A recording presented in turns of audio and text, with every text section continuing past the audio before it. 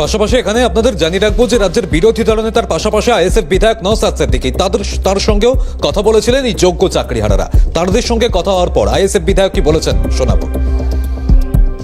শিক্ষকদের পক্ষ থেকে আমার কাছে একটা প্রস্তাব দিয়েছে, যে প্রস্তাবটা বিধানসভার মধ্যে নতুনভাবে বিল নিয়ে এসে বা কোনো অর্ডিন্যান্স জারি করে তাদেরকে ইনক্লুড করা যায় নাকি, এই মর্মে আমরা যোগ্য শিক্ষকদের পাশে ছিলাম, আছি, থাকবো। সুতরাং আজকে যে প্রস্তাব দিয়েছে এই প্রস্তাব সম্পর্কে আমার বেশি কিছু জানা নাই। আমি আমার যারা আইনজীবী আছে তাদের কাছে এটা প্লেস করব, তাদের সাথে কথা বলবো যে এটা কতটা যুক্তিযুক্ত কথা বলেছেন।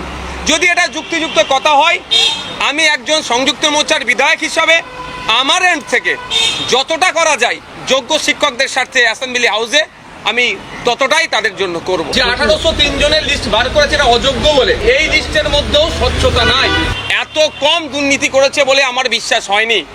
আরও দুর্নীতি করেছে, সেইগুলোকেও চেপে রেখেছে। হয়তো কোর্টে আবার সুপ্রিম চড় খেয়ে পরে লিস্ট আপডেট করতে পারে বা আপলোড করতে পারে। এদিকে আপনাদের যেমনটা জানাচ্ছিলাম যে আজ রাজ্যের বিরোধী দলনেতার সঙ্গে সাক্ষাৎ করেছেন যোগ্য চাকরিহারা এবং তারপরে শুভেন্দু অধিকারীর যে মন্তব্য তার প্রেক্ষিতে আমরা কথা বলেছিলাম তৃণমূলের রাজ্য সহসভাপতি জয়প্রকাশ মজুমদারের সঙ্গে। তিনি কি বলেছেন শোনাবো। এই শুভেন্দু অধিকারী আর তার সঙ্গে ছিল সিপিএম এর কিছু লোক, তারাই তো হাইকোর্টে গিয়ে সিবিআই লাগিয়ে তদন্ত করে সকলের চাকরি খেয়েছেন। তখন তো তাথই করে নাচছিলেন, দেখেছো চাকরি খেয়ে নিয়েছি। আবার আজকে গিয়ে বলছেন যে যোগ্য যারা তাদের চাকরিতে পুনর্বহাল করা হোক।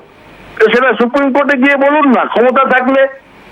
কেন শুধু শুধু হাওয়া গরম করার কথা বলছেন? বিধানসভার বাইরে সুপ্রিম কোর্টের নির্দেশে সবকিছু হচ্ছে, হাইকোর্টের নির্দেশে হচ্ছে, সিবিআই এর তদন্তের ওপর, যে সিবিআই কে লাগিয়েছিল এই শুভেন্দু অধিকারী। সুতরাং যদি যোগ্যরা কোনো অভিযোগ করে তাদের অভিযোগ করতে হবে শুভেন্দু অধিকারীর বিরুদ্ধে, যে এই লোকটার জন্য বাংলার এতগুলো লোকের সর্বনাশ হয়েছে।